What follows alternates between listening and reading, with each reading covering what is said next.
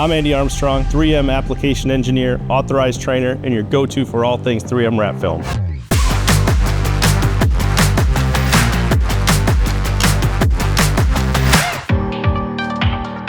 In this video, we're going to share some tips and tricks for wrapping mirrors with 3M Wrap Film Series 2080. First, clean the outer edges of the mirror and get rid of any wax.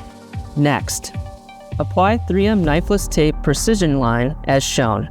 Before you put the film on the mirror, pre-stretch it by attaching one end to the window, keep the film tight, and heat it thoroughly. It's important to secure both ends of the film for an even stretch.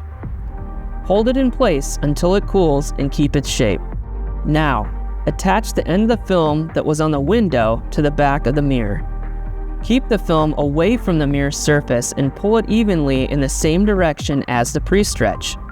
Keep tension as you'll lay the film across the mirror's body line.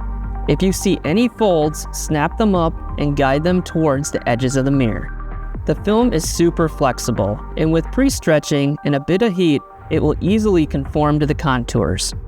Press firmly over the 3M Knifeless Tape, then gently pull the tape's filament, moving it towards the edges of the film.